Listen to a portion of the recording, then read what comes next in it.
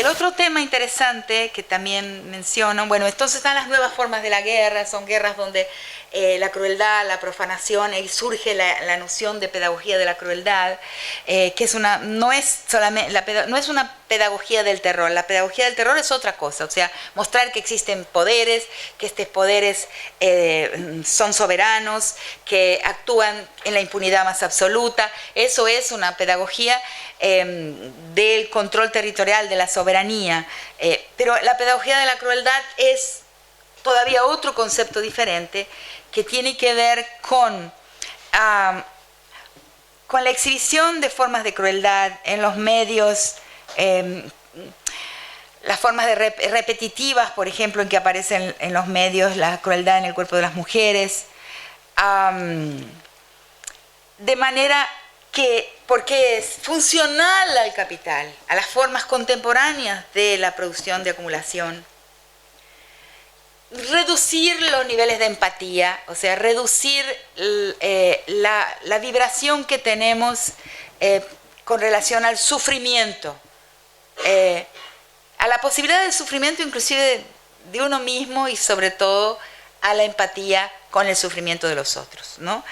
Entonces, disminuir esos umbrales de empatía es un proyecto, para mí que es una política que está a ojos vistas en la televisión, en los seriados, en la exhibición de crueldad, como no existía antes, en horarios con el que los niños ven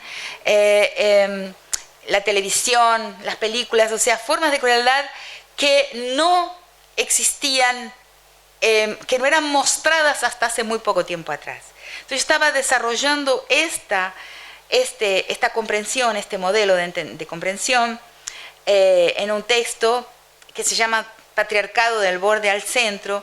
Estaba mostrando cómo las cosas que pasan con las mujeres, con el cuerpo de las mujeres, es un error minorizarlas, es un error empujarlas al campo de la intimidad, consideradas como residuos de la política, y es indispensable que veamos lo que nos pasa a las mujeres como un termómetro de los tiempos, como una forma de diagnosticar como la fase de la economía por la que estamos atravesando, y la crueldad ahí, la crueldad creciente, ¿no? No solamente en la manera de dar muerte, la crueldad moral con la violación, sino también la manera de despachar los cuerpos, ¿no? de dejar los cuerpos en basurales, en bolsas de basura, etc. Son todas formas que están en aumento y que tienen que ver con una pedagogía, o sea, enseñar el desprecio a la vida y enseñar a la gente que estamos en un mundo de cosas, o sea, donde las cosas dominan la vida y donde los cuerpos son cosas, ¿no? Y las cosas nos sienten, ¿no? Aprender a no sentir, aprender a no sufrir, aprender a soportar el dolor, que es una característica de todos los entrenamientos militares, ¿no? El callo del cuerpo, ¿no? Soportar el dolor propio y después ser absolutamente insensibles al dolor ajeno, es indispensable para esa fase. Es una pedagogía necesaria en una época en que la personalidad modal, la personalidad más funcional de todas a la economía de la época, que es una economía de dueños, es la personalidad de estructura psicopática, o sea, no empática, o sea, donde el otro es cosa, o sea, donde el otro es instrumento para algo, donde el otro no, donde la persona es incapaz de practicar la conmutabilidad de posiciones, de ponerse en el lugar del otro, ¿no? Ese discurso de ponerse en el lugar del otro es un discurso en decadencia, un discurso que está obsoleto, ¿no? En un mundo como este, que es un mundo donde la acumulación ultrapasó todos los límites, como les decía ayer, ¿no? El tránsito, el proceso abrupto de la acumulación desde 2010 hasta ahora, o sea, desde que Oxfam comienza a hacer en su página una vez por año, empieza a presentar las estadísticas de la acumulación de la riqueza. Me impresionó muchísimo este número que encontré cuando estaba escribiendo ese texto ahora, este año, que En 2010 eran 280 personas las dueñas de una riqueza igual a la mitad más pobre del mundo. Eran 280 y en 2015 fueron 62. O sea, el ritmo de la concentración es un ritmo alucinante. Por ejemplo, la costa chilena, que es una costa pacífica muy grande, que debe ser más que un sexto de toda la costa pacífica del continente americano, son 8 familias, son las dueñas de toda la costa. O sea, es una costa con dueños, ¿no? Está en internet, estos datos están a la vista de todo el mundo. En la página de Oxfam, también busquen Oxfam, la página de Oxfam, y ahí Oxfam, OXFAM, ahí ellos hacen este balance, van a analizar los depósitos en los bancos de Suiza, en los paraísos fiscales, en todo eso, offshores y todas esas cosas. Y hacen una vez por año, sacan este resultado de cómo va el proceso de concentración. Entonces, en ese texto yo digo que hablar de desigualdad hoy es poco. O sea, hablar de un mundo, usar el lenguaje de los años 70, en que todos aquellos que teníamos un proyecto antisistémico, y lo tenemos todavía, hablábamos de desigualdad, y hoy hablar de desigualdad es como perfumería, es un discurso pequeño, porque el problema hoy es de la dueñidad, o sea, una dueñidad que es de la economía y de la política en su conjunto. O sea, el poder es un poder de dueños, es como si hubiera una refeudalización del mundo. Por eso, y la política también tiende a una política de dueños. Todas las políticas son políticas hoy territoriales, políticas del poder.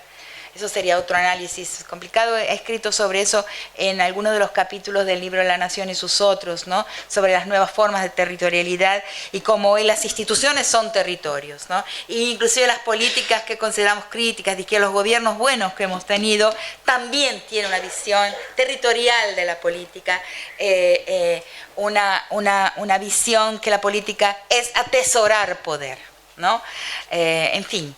Es una crítica distanciada y creo que nosotros tenemos la responsabilidad de ver claro, aunque a veces no sea muy conveniente o no nos guste lo que vemos. Entonces, el mundo actual es un mundo refeudalizado en los lados malos del feudalismo, ¿no? El feudalismo tenía otras cosas que no eran...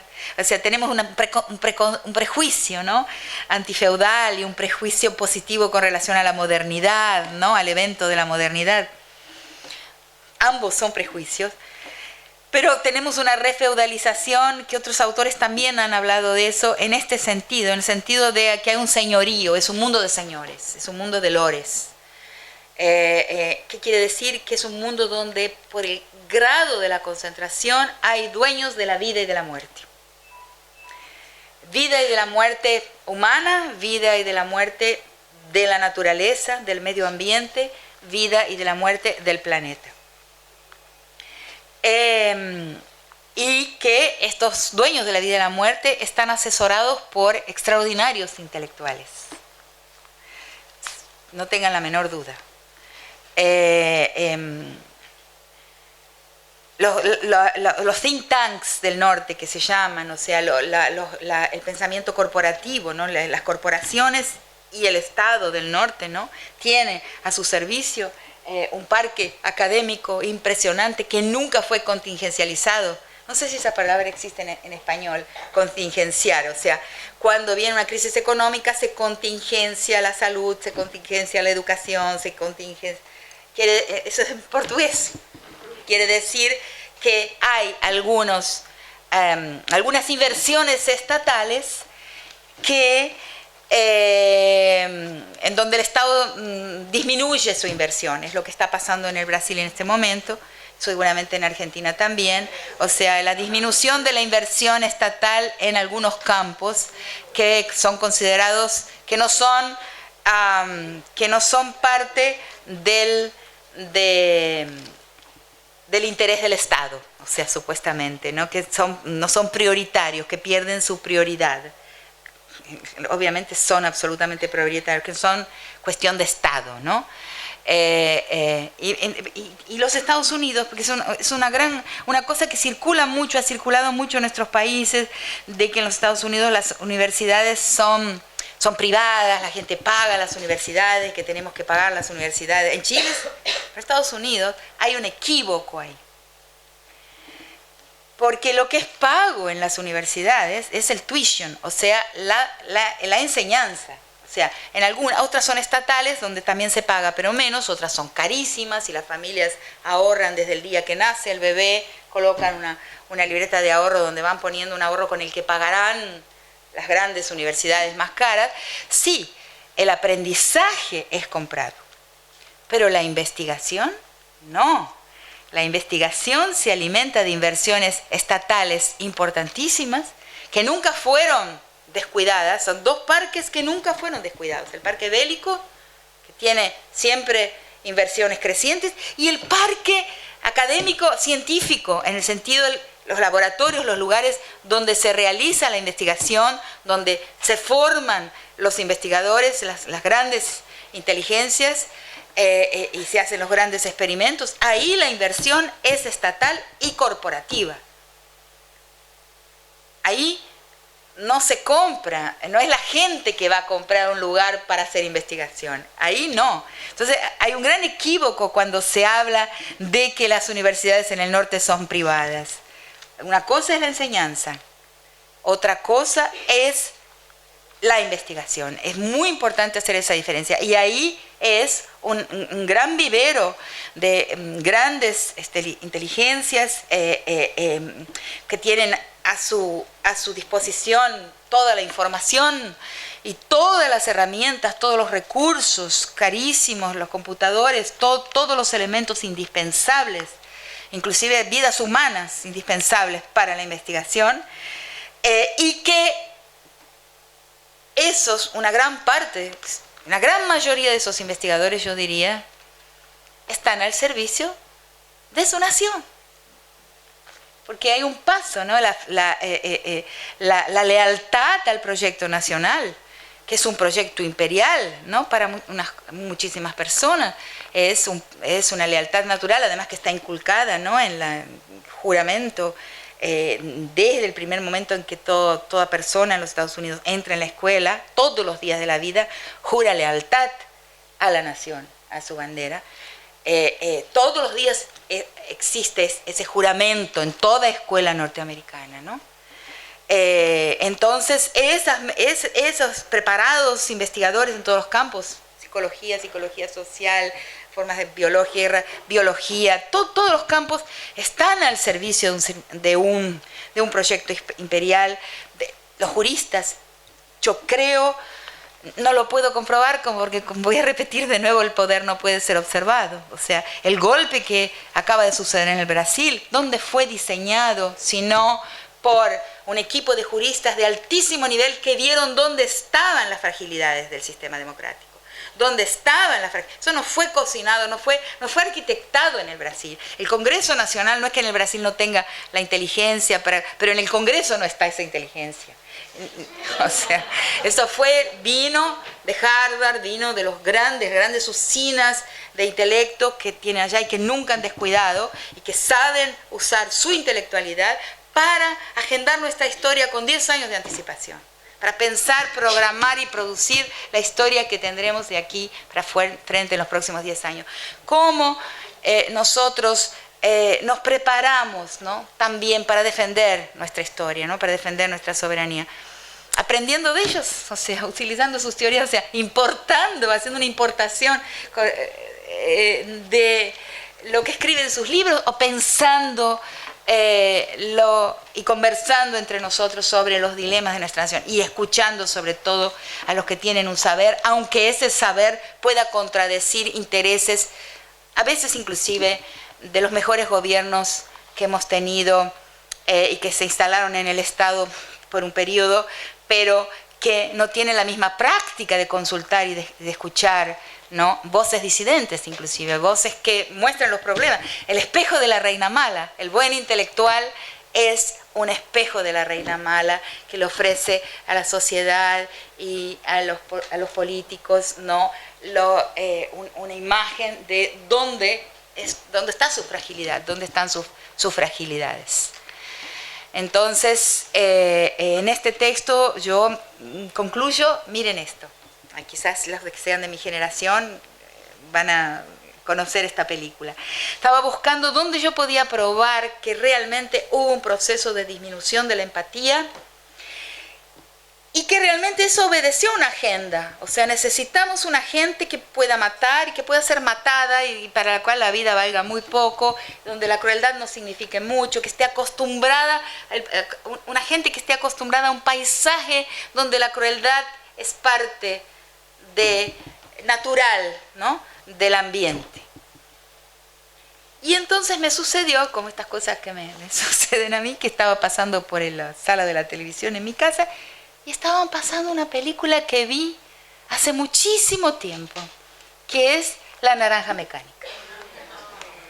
Y la empecé a mirar y quedé absolutamente aterrada, porque esa fue considerada en el año 72. Yo la vi en México porque en Argentina fue prohibida. Fue prohibida también en Inglaterra, donde fue hecha. O sea, fue considerada la película más cruel de la historia. Más violenta. Fue considerada la película más violenta de la historia. Su autor, el autor de la novela de la Naranja Mecánica, él escribe la novela porque él ve la violación de su mujer. En el final de la guerra, cuando termina la guerra y él ve la violación de su mujer por un grupo de soldados norteamericanos en Londres. Y escribe La Naranja Mecánica inspirado por esa violación y su mujer pierde inclusive su embarazo, que estaba embarazada, inspirado por algo que le pasa a un cuerpo de mujer. Ahí escribe esta novela donde se tematiza la violencia y la crueldad como el tema central. Entonces fue prohibida en una cantidad de países, como dije, inclusive en Inglaterra, donde ella fue escrita la novela y rodada la película por Stanley Kubrick. Cuando la vemos hoy es un chiste. Es un chiste. Entonces, ¿qué pasó? ¿Qué pasó conmigo, no?